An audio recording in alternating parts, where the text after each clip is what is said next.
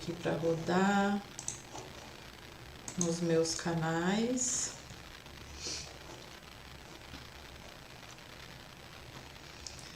Olá, então eu estou falando essa semana toda e vou falar até amanhã sobre os sabotadores no relacionamento, tá? Então, hoje eu vou falar sobre um sabotador que ele compromete muito um bom relacionamento, tá? Ele é um sabotador que faz com que as pessoas se distanciem das pessoas que têm esse sabotador como muito frequente em seu comportamento, tá? Então, vai chamando mais pessoas aí para participar da live junto com você, tá? E vai me mandando corações, porque eu gosto muito de receber corações, já falei isso aqui.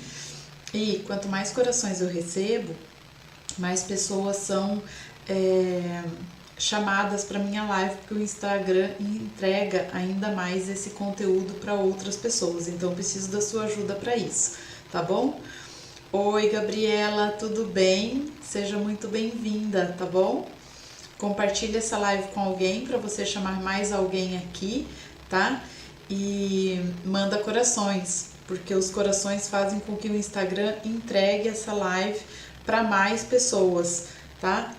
Porque os corações faz o Instagram, um robozinho lá do Instagram entender que esse conteúdo é relevante. Então, quero continuar falando sobre os sabotadores no relacionamento, mas quero já lembrar que eu estou transmitindo essa live também pelo Facebook e pelo YouTube, e terça-feira eu vou fazer uma aula online, ao vivo, gratuita, falando sobre como você pode ter um casamento gostoso e que vale a pena ser vivido. É o que eu chamo de casamento real, é o casamento de verdade, do dia a dia, sem conto de fadas. Ele é um casamento que tem conflitos, mas não tem brigas, porque brigas desgastam o relacionamento. Já os conflitos fazem você conseguir entender a outra pessoa e vocês então fazerem esse equilíbrio e essa harmonia tão importantes no relacionamento, tá? Então vamos lá, partir o conteúdo, tá? Primeiro, todos nós temos sabotadores. Não existe quem não tenha sabotadores. Todos nós temos sabotadores no nosso comportamento, tá? Porque os nossos sabotadores é como se fosse a nossa função de sobrevivência. Lá na nossa infância, lá quando a gente estava com a nossa personalidade e o nosso perfil de comportamento em formação, né, em consolidação, alguma coisa, algum evento aconteceu, seja com pessoas da sua convivência, pessoas que eram da sua confiança, que eram pessoas com quem você deveria se sentir segura, deveria se sentir confiante, deveria se sentir acolhida, e houve algum problema nessa relação e você não conseguiu se sentir assim, ou por eventos que aconteceram nos ambientes onde você frequentava. Na sua casa, casa de amigos, escola, igreja, né, casa de parentes, enfim. Então, os sabotadores foram a nossa função de sobrevivência. Alguma coisa aconteceu que você precisou se comportar, você entendeu, né, que precisava se comportar daquela maneira para você se preservar emocionalmente falando, né, às vezes até fisicamente, mas aqui nós estamos falando de emocionalmente falando. Só que o cérebro não consegue se desconectar e dizer, pronto, essa situação acabou e você não precisa mais se comportar dessa maneira. Então isso acaba se tornando um padrão de comportamento seu, e que mesmo a gente não precisando mais desse padrão de comportamento, ele se mantém sim na nossa vida até a idade adulta. E muitas pessoas acreditam que o sabotador é como se fosse um gasto de energia desnecessário, né? Como se fosse você passar uma rasteira em você mesmo, então você ficasse ali caído, né? E não é exatamente isso. O sabotador é algo que faz a gente usar a nossa energia mais para aquilo que não vai nos trazer um benefício, para aquilo que não vai nos trazer o resultado que nós de fato queremos, tá? Então entender que os sabotadores é como se você quisesse andar, né, em direção a Curitiba, mas você pega uma estrada que te leva para o Mato Grosso do Sul, por exemplo, tá? Você está rodando, tá? Você está indo, o carro, o ônibus, a bicicleta, seja lá o que for, está sim, né, em movimento, mas não está em movimento em direção àquilo que você de fato quer. Então, essa é a explicação do que significa a autossabotagem. E a gente se sabota em vários ambientes, né, onde nós estamos inseridos e nós temos padrões de sabotagem. Aqui eu estou falando sobre alguns deles, hoje eu vou falar sobre um. Sexta, quinta, quarta-feira eu falei sobre sabotadores diferentes e amanhã eu vou falar sobre mais um sabotador também, tá? Muitas vezes nós não temos apenas um padrão de sabotador, mas pode ser que em diferentes ambientes um sabotador seja ainda mais forte do que outro, tá? E quando a gente vai trabalhar os sabotadores no comportamento da pessoa, do cliente, eu sempre faço a pergunta: qual desses sabotadores você entende que é o sabotador que mais te prejudica, que mais te traz prejuízos, né? E em qual ambiente você percebe que ele é mais frequente? Lógico, como eu trabalho mais com relacionamento, a pessoa sempre traz aquele sabotador que mais interfere no bom andamento, né, no bom relacionamento conjugal, tá? Mas muito possivelmente esse sabotador atrapalha em outras áreas da vida também, ou algum outro sabotador pode atrapalhar em alguma outra área da vida também, tá? Então, vamos lá. Eu sempre digo que trabalhar sabotadores faz você não só se relacionar melhor com seu marido ou com a sua esposa, mas faz você se relacionar melhor em tudo na sua vida, porque você começa a perceber o quanto que aquilo está interferindo em várias relações. O meu sabotador, só para você ter uma ideia, o meu sabotador, eu já percebi que ele fazia com que eu esquecesse de marcar meus exames de saúde, tá? Então, quando que eu me lembrava dele? Me lembrava dele 7h30 da manhã, quando o lugar ainda não estava aberto para eu poder marcar meu exame, ou 6h10 da tarde, ou 6h05 da tarde, sabe? Eu falava, meu Deus, passou o dia todo, eu esqueci de marcar os exames que eu preciso fazer. E isso foi acontecendo semana após semana, assim. Quando eu me liguei que era o meu sabotador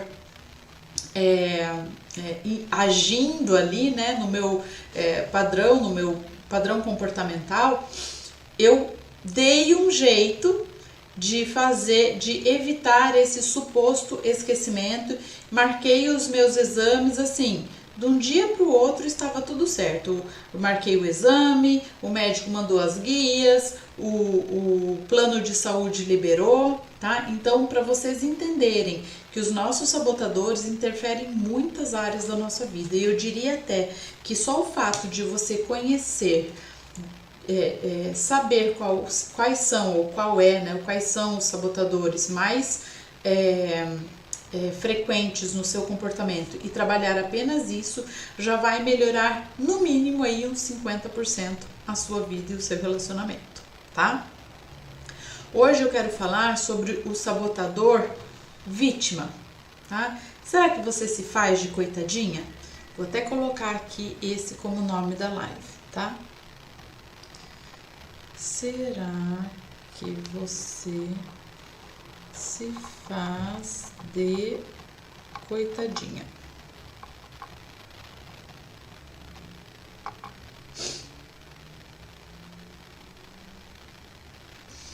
Ok. Então, qual é o maior medo da vítima? O maior medo da vítima é ela não receber atenção, ela não ser olhada, tá? Às vezes eu vou abrir e fechar a janela aqui, porque às vezes dá uma esquentadinha. É o medo de não receber atenção, é o medo de não ser olhada. Então, o que que a vítima faz? A vítima, ela se coloca nessa posição de coitadinha para que ela chame a atenção das pessoas para ela, tá? Deixa eu só dar uma olhadinha numa coisa aqui. Ok. Então, ela faz coisas para chamar a atenção das pessoas para ela, tá? Como que a vítima normalmente se comporta? Como que a pessoa que tem esse padrão de comportamento como vítima normalmente se comporta? São pessoas excessivamente emotivas, tá? Que, sabe aquela pessoa que, por qualquer coisinha chora, você não pode olhar para ela diferente que a pessoa chora. Ela é muito emocional e ela é muito temperamental, tá?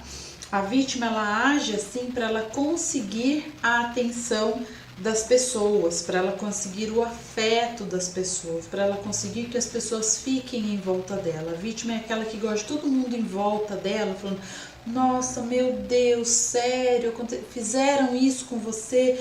Coitada de você, nossa, que pena, você não merecia isso. Esse é o padrão da vítima. O foco é sempre nela, tá? Na pessoa e no quanto ela sofre. Não é o foco no sentido de eu resolvo isso, eu dou conta. Muito pelo contrário, a vítima não dá conta, tá? Ela não dá conta. Ela é uma pessoa que não é firme. É aquela pessoa que a gente até diria que ela é fraca.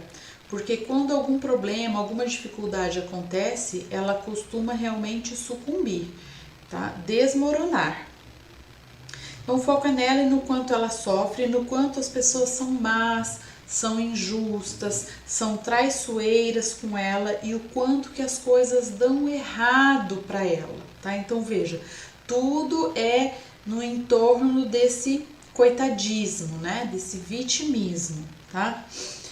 Ela tem essa tendência a ser mártir, né? Não, sempre isso acontece comigo, é sempre assim comigo. Olha o que ele ou o que ela faz comigo, olha como que ele me trata, olha tudo que eu faço e ninguém enxerga, né? Como que as pessoas têm coragem de fazer isso comigo? Mas eu aguento, não, eu aguento, é assim, sempre foi assim, eu sempre aguentei, tá? Tudo sou eu que tenho que fazer, sempre sou eu que tenho que mudar. Esse é o padrão da vítima. Vai pensando aí se você conhece alguém que tem esse discurso. E veja, o medo da vítima é o de não receber a atenção.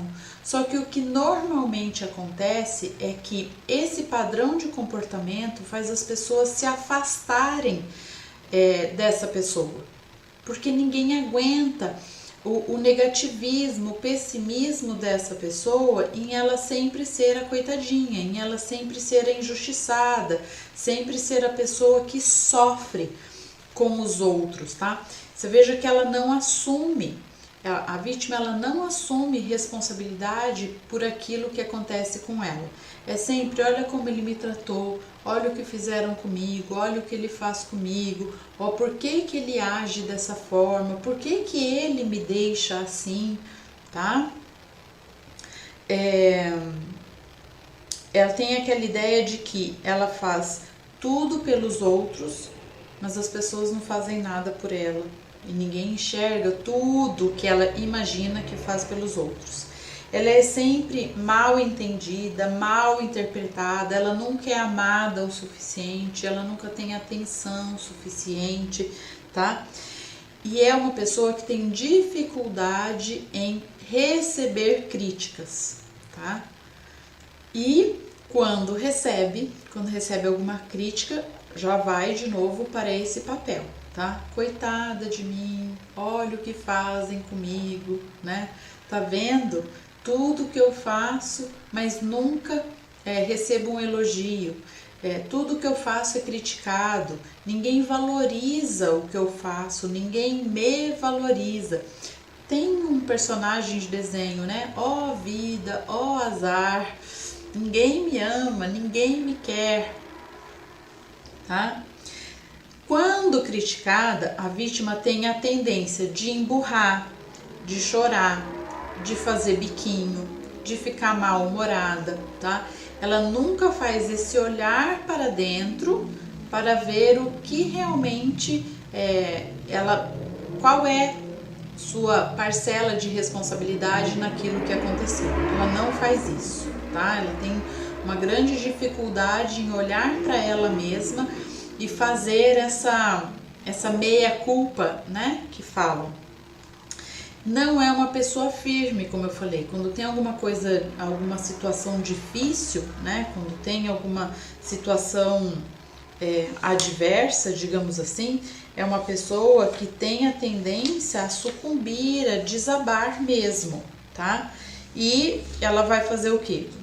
Ela vai fazer isso para ela continuar no papel de vítima dela, tá? Então, numa situação difícil, ela quer pular fora, ou ela vai dizer, eu não aguento mais isso não é pra mim, tá? Normalmente, ela não demonstra raiva. Novamente, ela não demonstra raiva, por quê? Para ela ficar nesse papel de, olha, coitada de mim, fizeram isso comigo, mas nem raiva eu consigo sentir da pessoa, tá? As demonstrações de sentimentos dela são sempre demonstrações de coitadismo, tá? Judiação de mim, olha o que me fizeram, olha o que me fazem. Como que ela consegue, então, supostamente, ter a atenção das pessoas? Fazendo reclamação sempre, né? Falando isso que eu falei até agora. Olha o que fazem comigo, olha como que... Eu tive uma cliente que ela falava isso mesmo. Por exemplo, vamos fazer uma viagem em família, né? No final do ano, no Réveillon, por exemplo. Vamos, o que nós vamos fazer? Ah, vamos para um hotel, sei lá, que tenha piscina, que tenha coisas legais para fazer, né? E aí tá, ela ia atrás, fazia tudo, reservava. Se por acaso algum filho falasse, poxa, para um hotel desse eu esperava que o café da manhã fosse melhor. Nossa, mas é sempre assim, né? Eu nunca sei escolher nada bom o suficiente para vocês. Então, assim, um filho falava de uma coisa e ela já se fazia assim a super coitada, como se estivessem reclamando de tudo e mais um pouco, e ela englobava a família inteira no negócio. Então ela dizia, é sempre assim, vocês nunca gostam daquilo que eu escolho, nunca está bom aquilo que eu faço, eu nunca sei escolher nada bom o suficiente para vocês. Então ela estragava todo o ambiente, né, por conta de um comentário sobre uma coisa específica do hotel e não sobre a escolha dela, o fato de ela ter feito aquela escolha de hotel, né? E ela pegava, né, toda essa crítica, pegava não, né? Na verdade ela não aceitava, mas ela internalizava como se fosse uma crítica a ela, mesmo a família tendo participado dessa escolha, né? Ela que ficava responsável de trazer ali as sugestões, mas todos participavam da escolha. Mas veja, ela pegava tudo para ela, daí o filho falou, não mãe, eu só falei que eu esperava mais desse café da manhã, porque é a minha refeição favorita e às vezes a gente nem almoça, apesar do almoço ser delicioso, todas as coisas serem muito legais aqui nesse hotel, eu só acho que o café da manhã... Não, você tá vendo? Agora você vem tentando consertar.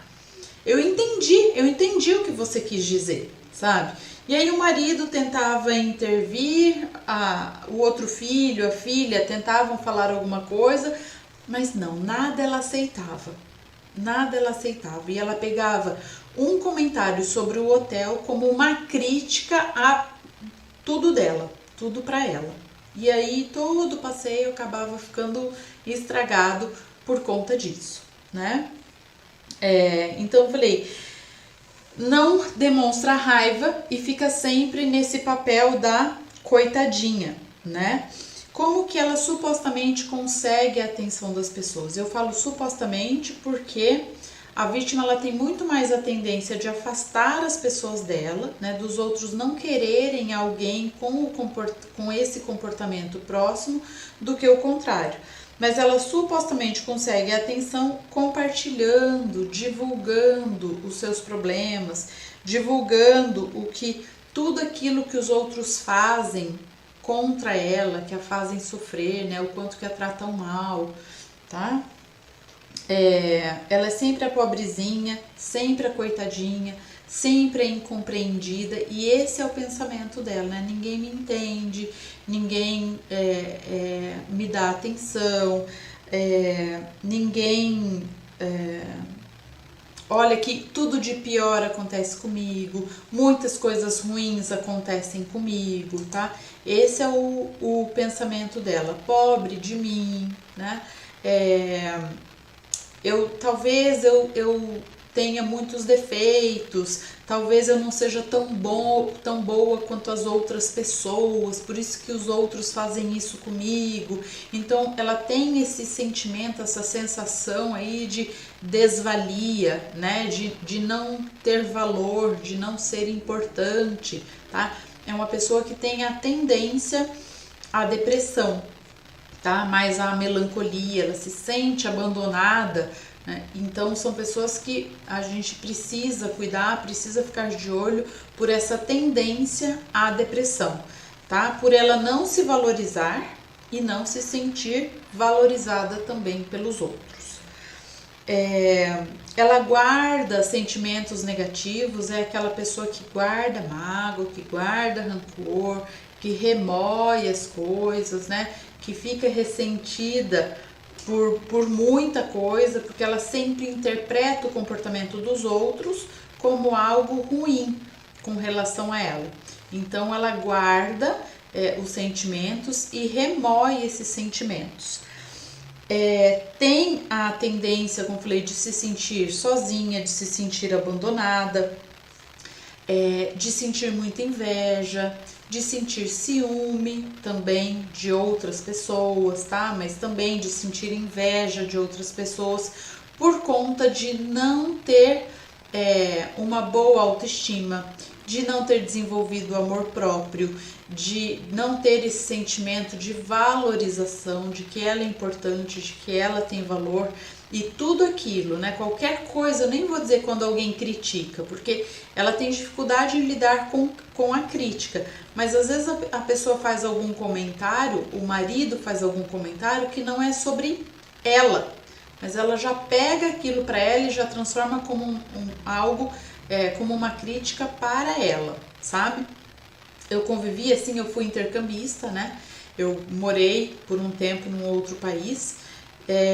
E eu morei na casa de uma família que a mulher era engraçadíssima. Então, assim, os dois gostavam muito de vinho.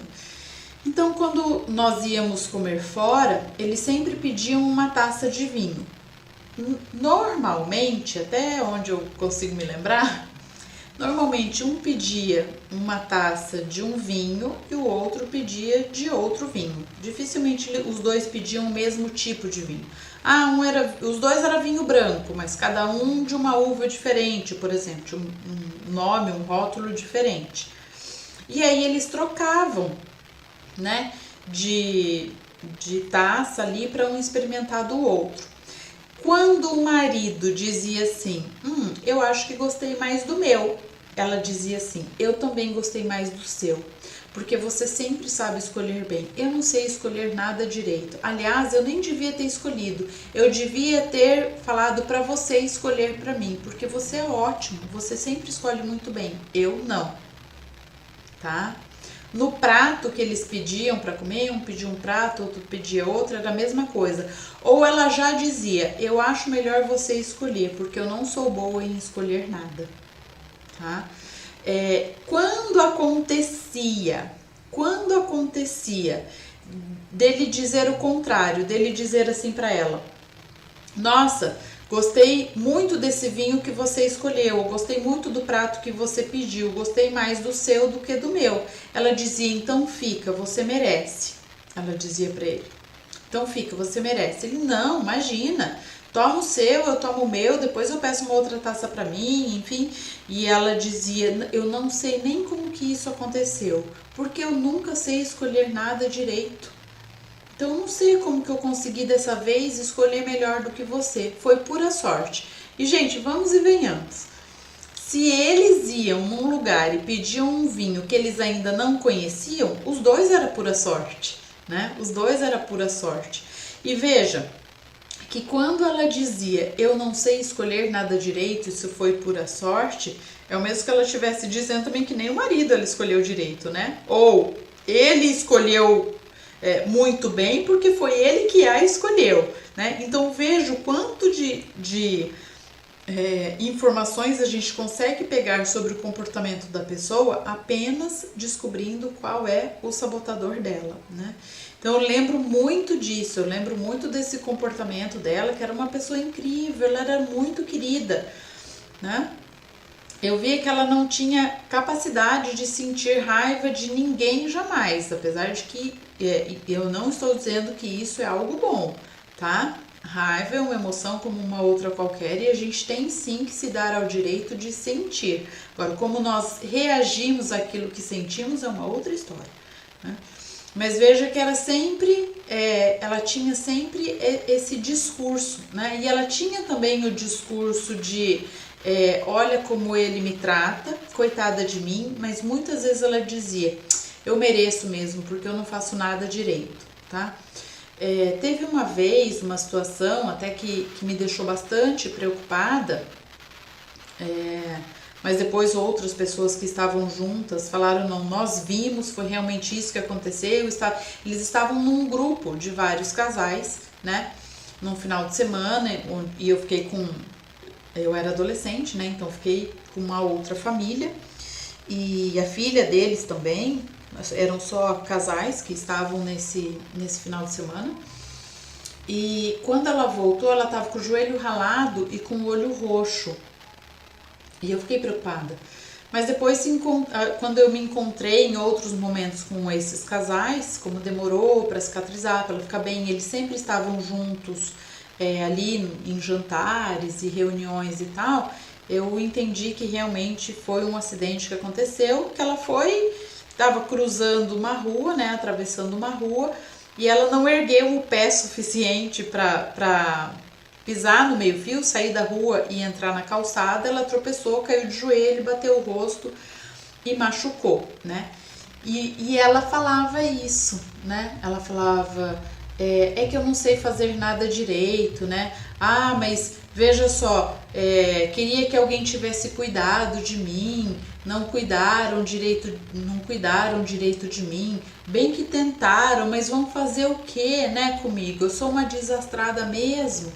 Então veja, gente, esse é um discurso que faz com que as outras pessoas não tenham muita vontade de ficar perto, né, dessa pessoa, porque ela tá o tempo todo nesse papel de coitada. Olha, coitada de mim, não sei andar direito, sou uma desastrada, caí no chão. Tentaram me ajudar, mas não conseguiram fazer o suficiente, eu ainda assim caí, tá? Então, tudo na vida dessa pessoa que tem como padrão o vítima é sempre com essa tônica, né? Coitado de mim, eu não sou bom em nada, não fazem nada de bom pra mim também, tá? E a pessoa acha que assim ela vai receber olhares e atenção dos outros, mas na verdade todo mundo vai ficando de saco cheio disso, vai ficando de saco cheio desse discurso, né?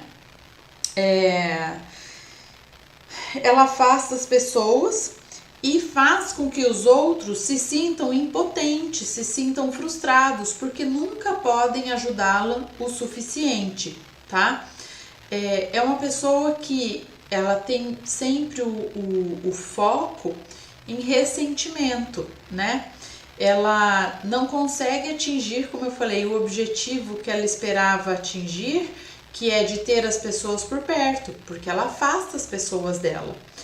E esse padrão de comportamento, ele veio da infância, quando a criança sentiu que ela não era vista ou que ela não era aceita dentro de algum ambiente, seja na escola, na família. Às vezes uma criança que teve um irmão, né, e ela ainda era pequenininha, e o pai e a mãe teve que dar mais atenção para esse bebê que acabou de chegar.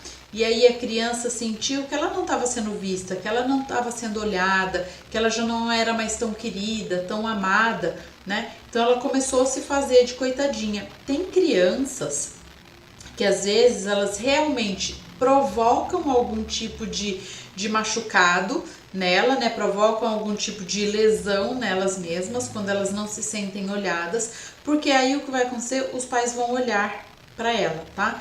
Eu atendi uma criança, isso há muito tempo atrás, quando eu ainda atendia as crianças,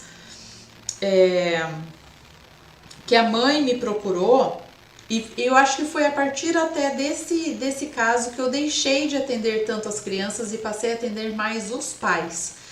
Que a criança tinha por volta de 4 anos e a mãe teve um outro bebê, né? E quem já teve filho, né, bebê recém-nascido em casa, sabe o quanto que eles demandam da nossa atenção 25 horas por dia. E esse menino, percebendo que não estava recebendo atenção suficiente da mãe, não, mentira.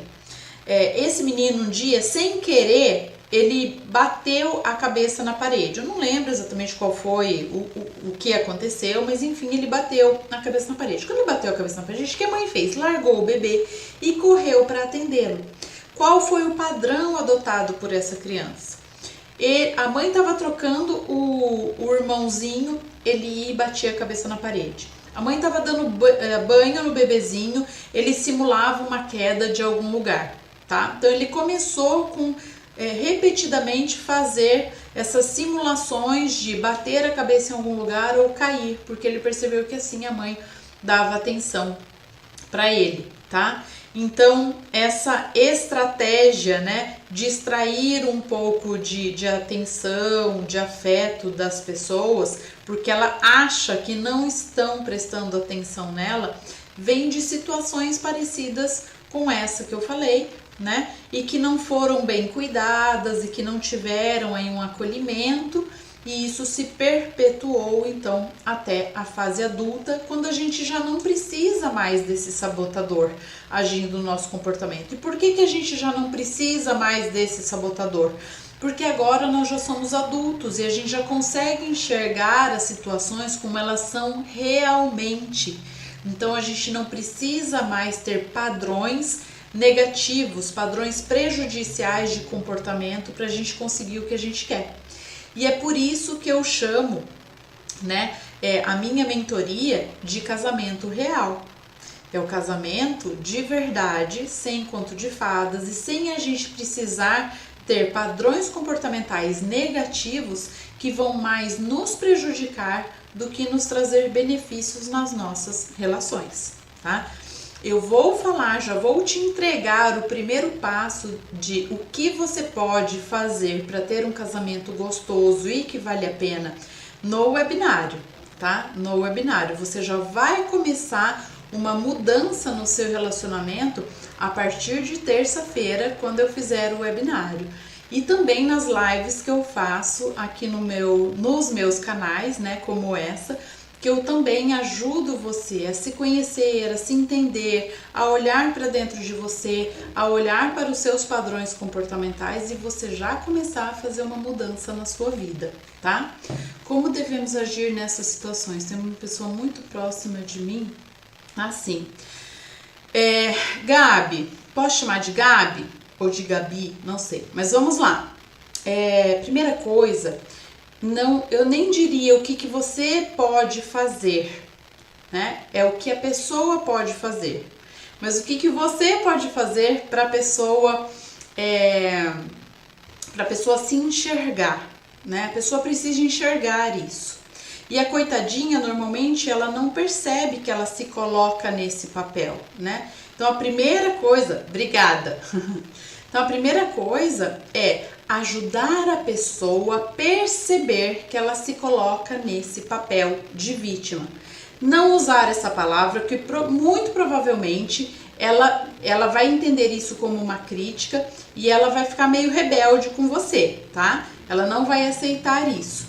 Mas talvez você fazê-la pensar em alguns pontos. Vamos supor aqui, né? Olha o que o meu marido fez comigo, olha como ele me trata, né?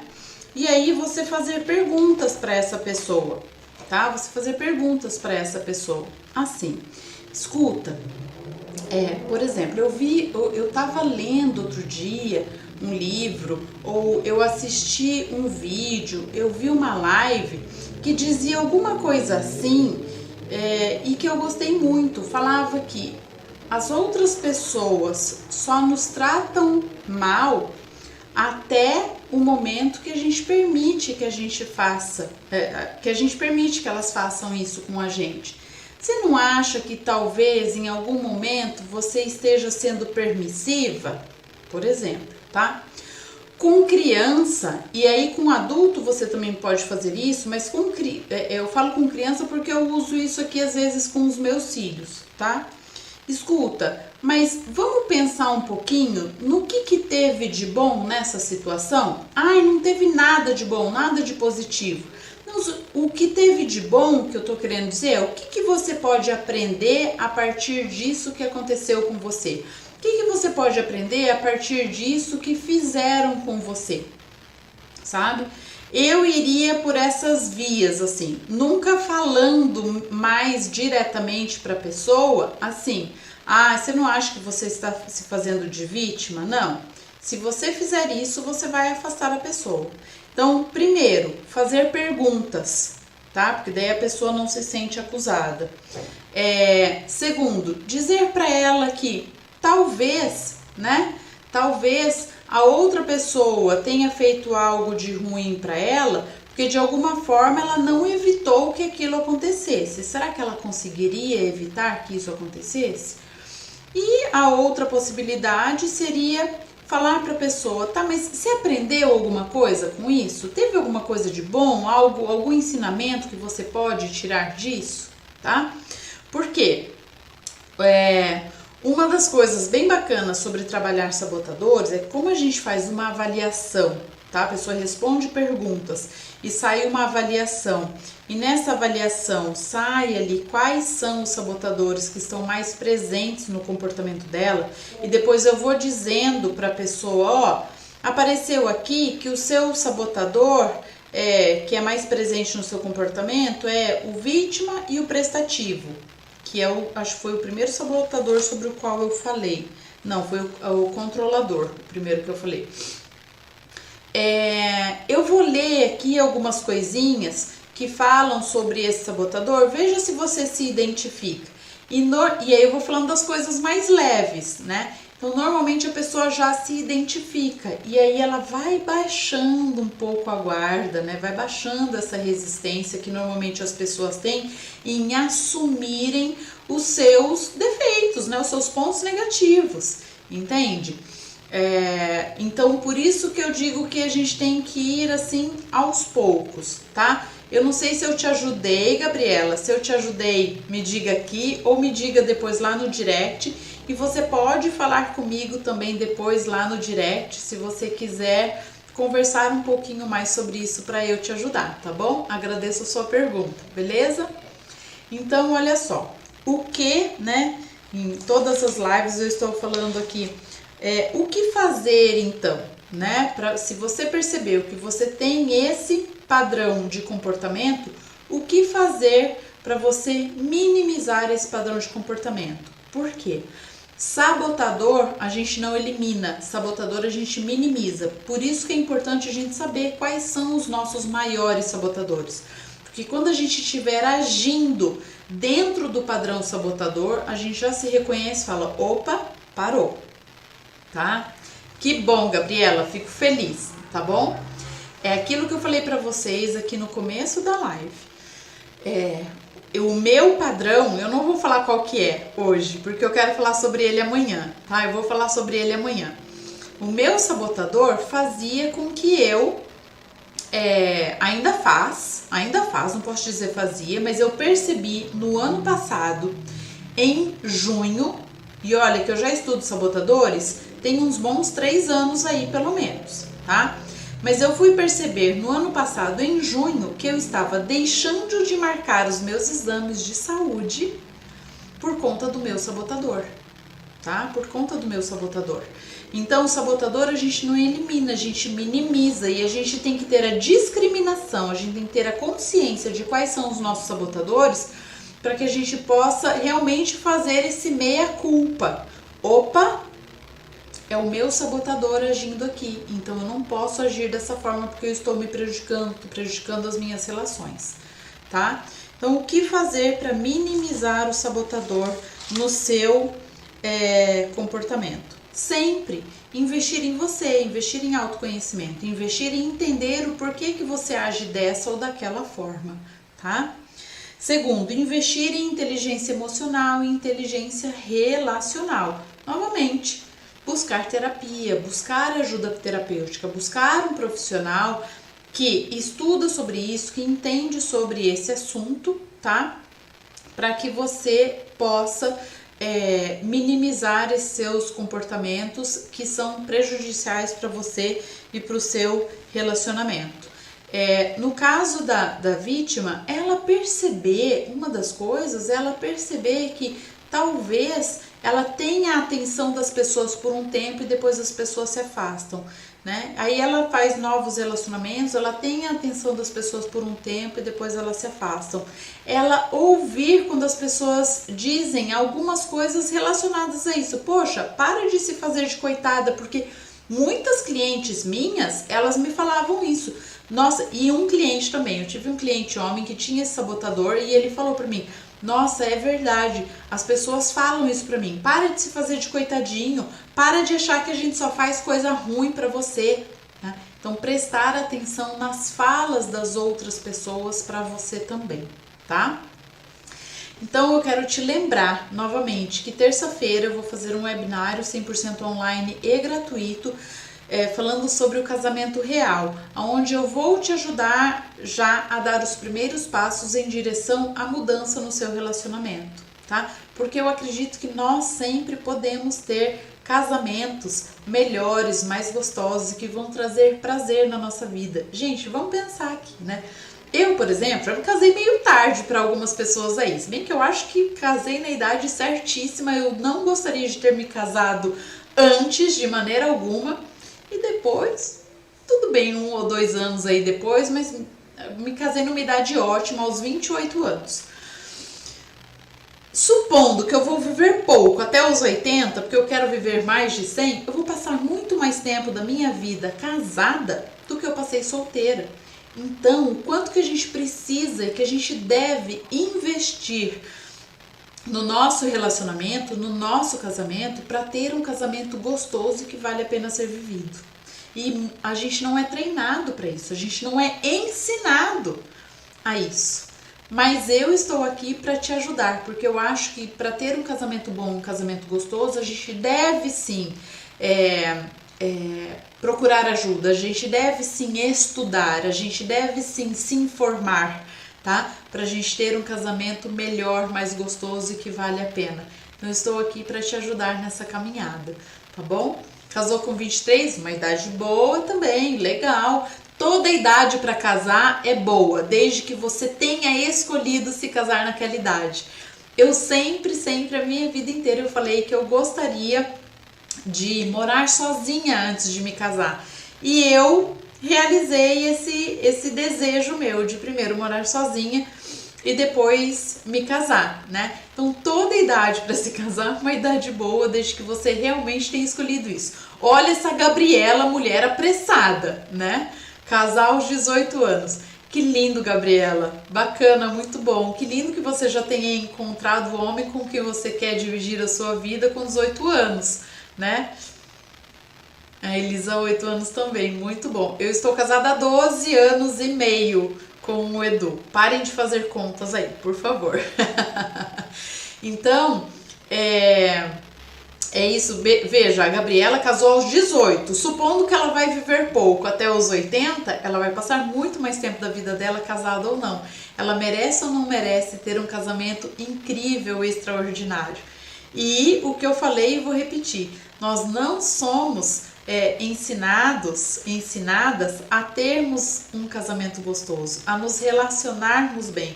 A gente, no máximo, é ensinado que tem que casar, mas não como ter um casamento bom, um casamento gostoso, um casamento harmônico. E conforme o tempo vai passando, a relação vai se desgastando, né? E a gente vai tendo uma baixa qualidade de vida por conta disso. E eu percebo que as pessoas têm dificuldade em buscar ajuda para melhorar os relacionamentos delas, porque vem isso como um tabu, né? Como se a gente tivesse que nascer sabendo como ter um bom casamento. E não, a gente não nasce sabendo fazer nada. A gente aprende tudo. A gente aprende a sentar, a gente aprende a andar, né? A gente aprende a comer sozinho e tantas outras coisas que a gente aprende a ler, a escrever, a dirigir, a costurar, né? A gente aprende a fazer uma maquiagem, a arrumar o cabelo ou não. Por quê? Porque a gente busca ajuda, né? A gente busca uma orientação de alguma forma para fazer isso. Mas casamento não. Para ter um bom casamento tem que vir um chip de fábrica. E não vem, tá? Não vem. Então, eu estou aqui para isso, para ajudar você a ter um casamento real, gostoso e que vale a pena ser vivido, tá? Gente, agradeço muito a atenção de vocês. Ó, casal lindo aqui do Relacionamento PhD entrou, eles também trabalham com isso e eles também fazem um trabalho muito bacana, tá? Com os casais. Eu agradeço a audiência de vocês. Amanhã eu vou fazer a última live antes do meu webinário, tá? Vou falar sobre um sabotador meu, tá? Vou falar muitas coisas sobre mim, sobre o meu relacionamento aí, não tem como, eu sempre me uso aqui, né? Pra vocês perceberem que o meu casamento não é perfeito. Ele é incrível, mas não é perfeito. E o casamento de ninguém vai ser perfeito. Acabe com essa ilusão, mas isso não significa que ele não possa ser extraordinário.